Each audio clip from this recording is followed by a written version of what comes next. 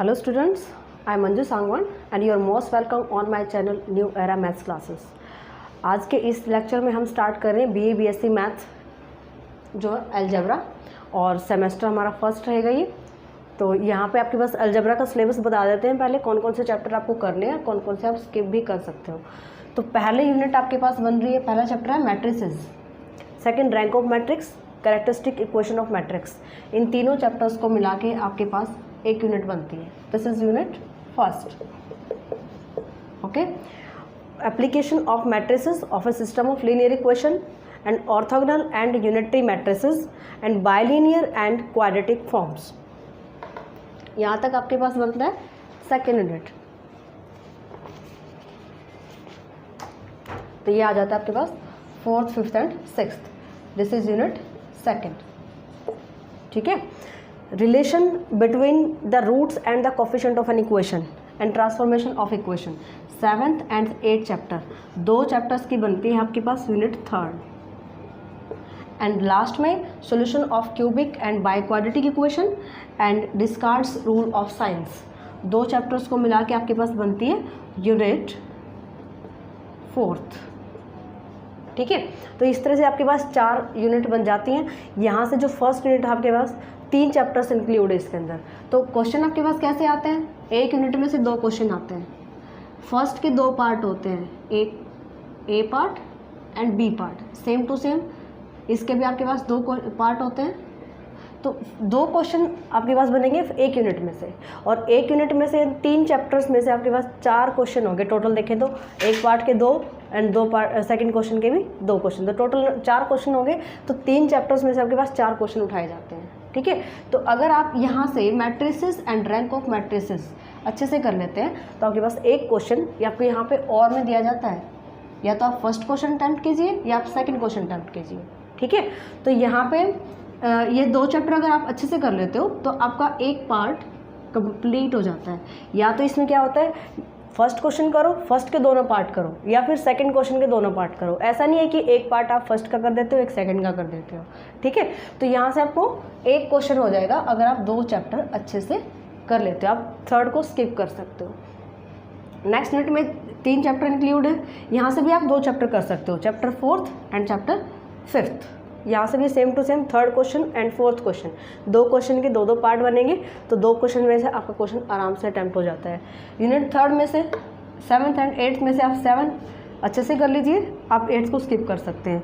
Unit 4 में से 9 chapter अगर आप कर सकते हैं ईजीली, अच्छे से करना है 9 चैप्टर। और 10th चैप्टर ईजी सा है, छोटा सा है, डिस्कार्ड्स रूल ऑफ साइन, बहुत ईजी है, इसको भी इंक्लूड कर लिया जाएगा। तो यहाँ पे क्या है, पूरे सिलेबस में से 3rd, 6th and 8th in 3 chapters को आप स्किप कर सकते हो।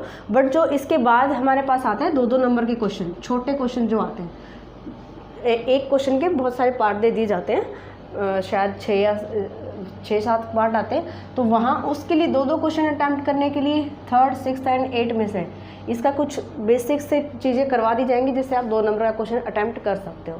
तो ये है आपके पास सिलेबस अलजेब्रा का। ठीक है, आज हम स्टार्ट कर रहे हैं फर्स्ट चैप्टर मैट्रिसेस। ठीक है, चलिए स्टार्ट करते हैं मैट्रिक्स चैप्टर। मैट्रिसेस आप +2 में कर चुके हैं, थोड़ा सा रिकॉल कर लेते हैं डेफिनेशंस वगैरह, तो इसमें चैप्टर करने में ईजी हो जाएगा। मैट्रिक्स क्या होती है? सबसे पहले मैट्रिक्स की डेफिनेशन आती है। अगर आपको मान लो नंबर दे दिए जाते हैं 1, 2, 3, 4, 5 और 6।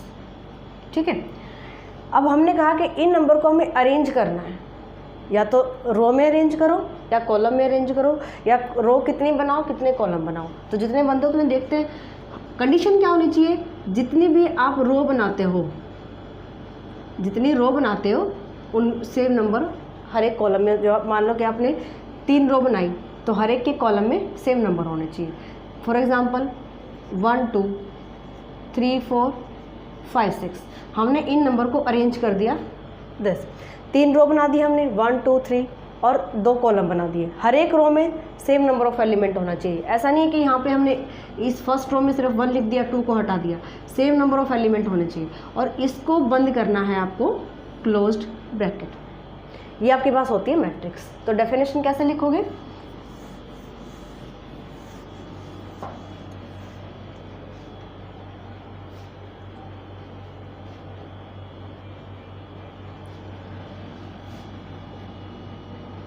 a set of m into n numbers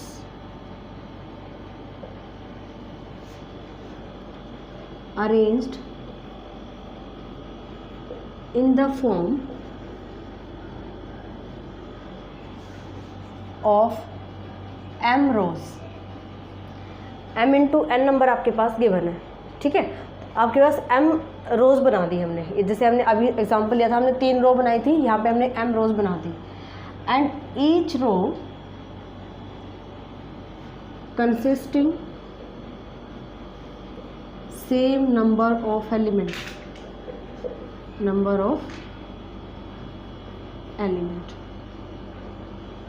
ठीक है।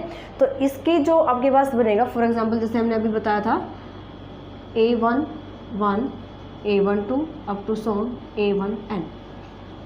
मान लिया कि हमने हर एक रो में सेम नंबर ऑफ एलिमेंट लेने हैं, वो हमने मान लिया कि हम n नंबर ले रहे हैं, n नंबर ले रहे हैं। हमने m रो बनाई, कलेक्शन उठाई mn नंबर्स की, इसमें हमने m रो बनाई और n हर एक रो में n नंबर है। सेकेंड रो उठाई हमने, इसमें भी आपके पास n नंबर है, n नंबर तक, 1 से लेकर n नंबर तक जा रहा है।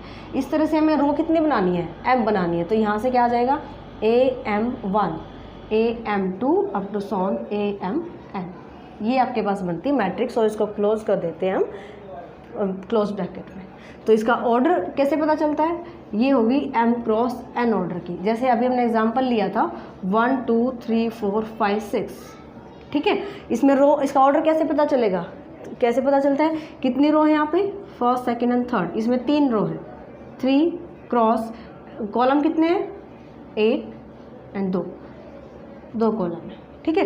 तो यहाँ से अगर हम देख रहे हैं तो m इंडिकेट करता है रोज को और n इंडिकेट करता है कॉलम्स को, ठीक है।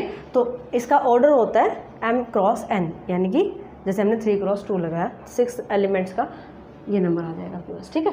तो ये होती है मैट्रिक्स की डेफिनेशन। नेक्स्ट देखिए रेक्टेंगुलर मैट्रिक्स क्या होती है। जैसे अभी हमने बताया कि ऑर्डर हमारा होता है m क्रॉस n। अब पूरा का पूरा मैटर इसी पे डिपेंड करता है, जितनी भी टाइप्स आएंगी आपके पास मैट्रिक्स की, ठीक है। रेक्टेंगुलर मैट्रिक्स क्या होती है, जिस मैट्रिक्स में m और n इक्वल नहीं होते, यानी कि इसको रफ कर देते हैं।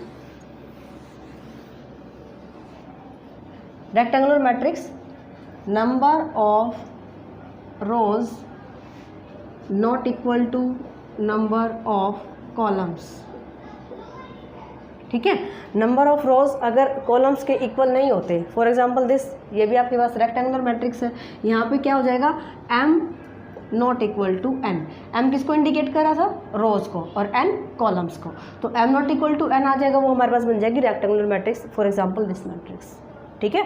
स्क्वायर मैट्रिक्स की बात करते हैं तो नंबर ऑफ रोज किसके इक्वल आ जाएगा, नंबर ऑफ कॉलम्स के इक्वल आ जाएगा। जितने उसके अंदर रोज होंगे उतने आपके पास कॉलम्स होने चाहिए। फॉर एग्जांपल इसके लिए एग्जांपल लेके चलते हैं। अगर हम बना लेते हैं 1 2 3 4, अब देखिए 2 रो हैं आपके पास और 2 ही कॉलम है, तो ये आपके पास 2 क्रॉस 2, ये m होता है हमारा, ये n को इंडिकेट करता है, तो m क्रॉस n यानी m इक्वल टू n आ जाएगा। इसके लिए क्या हो जाएगा, m इक्वल टू n। फिर आता है रो मैट्रिक्स। रो मैट्रिक्स क्या होता है, जिस मैट्रिक्स में नंबर ऑफ रोज 1 होनी चाहिए, यानी कि नंबर ऑफ रोज 1 होने चाहिए, कॉलम कितने भी हो सकते हैं, 1 2 3 4 5। मान लिया कि मैंने ये बना ली, तो इसमें एक ही रो है, कॉलम 1 2 3 4 5, कॉलम हमारे 5, ठीक है। तो इसका ऑर्डर कैसे बताएंगे हम, 1 क्रॉस 5, 1 2 3 4 5। तो नंबर ऑफ रोज इसमें 1 होनी चाहिए। Number of column, column matrix की बात आती है तो कॉलम इसमें 1 होना चाहिए। तो जैसे इसी की बना लें हम 1 2 3 4 5, ये बन जाएगा। तो ये आ जाएगा आपके पास। रो कितनी बन रही है, 1 2 3 4 5, 5 रो होगी और कॉलम 1 हो गया, तो ये आ जाएगा 5 क्रॉस 1 की, ये आ जाएगा आपके पास कॉलम मैट्रिक्स, ठीक है। स्क्वायर मैट्रिक्स आगे सब में जाके यूज़ होनी है, स्क्वायर मैट्रिक्स को अच्छे से ध्यान रखना है आपको। नेक्स्ट डेफिनेशन आपके पास आती है डायगोनल मैट्रिक्स। डायगोनल मैट्रिक्स क्या होती है, ए स्क्वायर मैट्रिक्स। सबसे पहले तो स्क्वायर मैट्रिक्स होनी चाहिए। A square matrix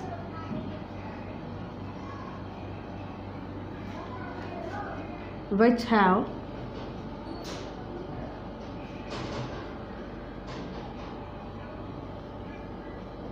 non-diagonal elements are 0। ठीक है, तो ये कॉलम मैट्रिक्स हो जाती है। यानी कॉलम मैट्रिक्स में आपके पास क्या मिलेगा, जो नॉन डायगोनल एलिमेंट होते हैं वो सारे के सारे 0 हो जाते हैं। जैसे कि एग्जांपल लेके चलते हैं इसका एग्जांपल उठाएंगे 1 0 0 0 2 0 0 0 5। ये मैट्रिक्स हमारी है 3x3 की। हमने कहा कि डायगोनल कब बनेगी, सबसे पहले तो स्क्वायर होने चाहिए, यानी कि दोनों इक्वल होने चाहिए m और n, number of rose and number of columns. फिर हमने कहा कि जो नॉन डायगोनल एलिमेंट्स हैं, नॉन डायगोनल हमारा ये होता है प्रिंसिपल डायगोनल, दिस इज ये हमारा डायगोनल होता है। ठीक है, तो इसके अबव एंड अपर वाले जो एलिमेंट है वो हमारे 0 होने चाहिए, तो इस मैट्रिक्स को बोलेंगे हम डायगोनल मैट्रिक्स। ठीक है, स्केलर मैट्रिक्स क्या होती है, अगर स्क्वायर मैट्रिक्स में इसकी जगह पे आप लिखोगे सीधा ही डायगोनल बना लो, ए डायगोनल मैट्रिक्स,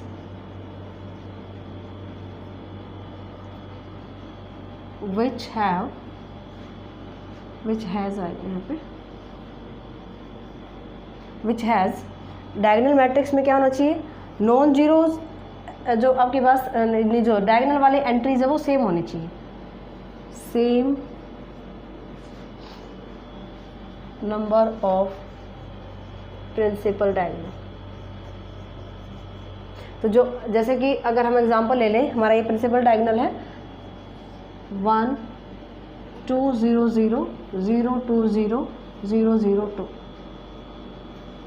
हमने क्या लिखा है यहाँ पे, ए डायगोनल मैट्रिक्स। तो डायगोनल मैट्रिक्स आ गई तो सीधी सी बात है कि डायगोनल मैट्रिक्स है तो ये वाले नंबर एंट्री जो 0 होंगी, और जो हमारा प्रिंसिपल डायगोनल है इसके जो नंबर है वो सेम होने चाहिए, वो बन जाती है आपके पास स्केलर मैट्रिक्स। ठीक है, लास्ट में आती है यूनिट मैट्रिक्स। यूनिट मैट्रिक्स क्या होती है, जिसके ए डायगोनल मैट्रिक्स के जो नंबर होते हैं अगर वो आपके पास 1 1 1 आ जाते हैं, फॉर एग्जांपल 1 0 0 0 1 0 0 0 1, ये 3x3 ऑर्डर की होगी। अगर मान लो आपको 2x2 की दिखानी है 0 0 1, ये आपके पास 2x2 की हो जाएगी। तो यूनिट मैट्रिक्स में क्या होता है कि स्केलर मैट्रिक्स होने चाहिए। ठीक है, स्केलर का मतलब डायगोनल भी हो जाएगी, स्केलर का मतलब दोनों सेम होंगे, और जो आपके पास ये एंट्रीज है डायगोनल इसकी डायगोनल की जो एंट्रीज है दिस इज एंड दिस, ये 1 1 होना चाहिए। तो ये होता है यूनिट मैट्रिक्स। ट्रायंगुलर मैट्रिक्स क्या होती है, a square matrix is said to be, square matrix हम ए ले लेते हैं और ए मैट्रिक्स को किससे रिप्रेजेंट करते हो, ए आई जे। ए आई जे मतलब आई होता है रो, जे होता है कॉलम के लिए। Square matrix A matrix square matrix होनी चाहिए, is said to be triangular matrix if first either every element above the principal diagonal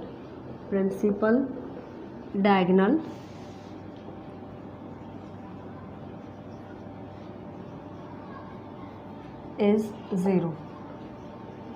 ठीक है, और सेकंड या तो प्रिंसिपल डायगोनल से ऊपर के सारे एलिमेंट 0 होने चाहिए, या फिर every element below the principal diagonal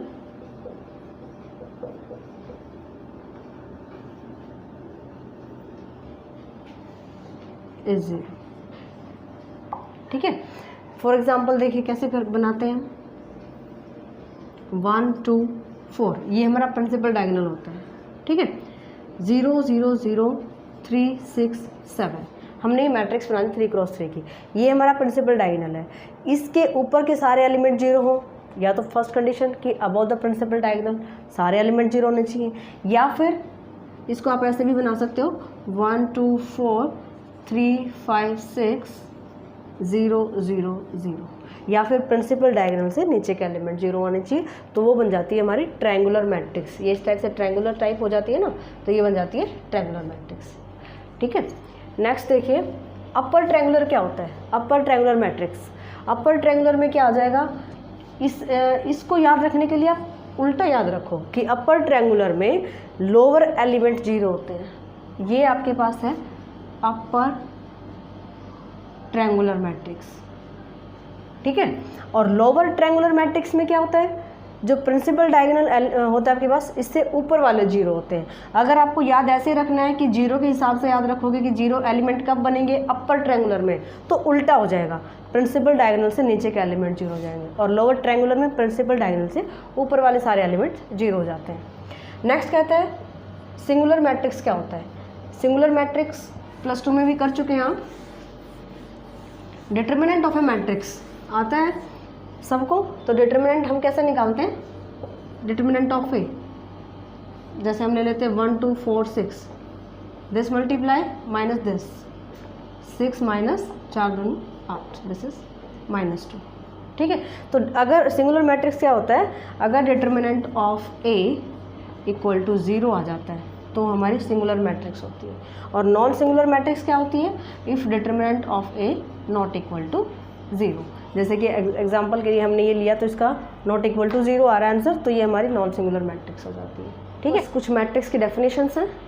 आज के लेक्चर में इतना ही करते हैं हम। आगे के लेक्चर में इससे आगे की सारी थ्योरम्स को कवर करेंगे जो आपके पास मैट्रिक्स की थ्योरम्स गिवन है। चलिए, तब तक इनको आप अच्छे से याद कीजिए, प्रैक्टिस कीजिए, and thank you for watching my video.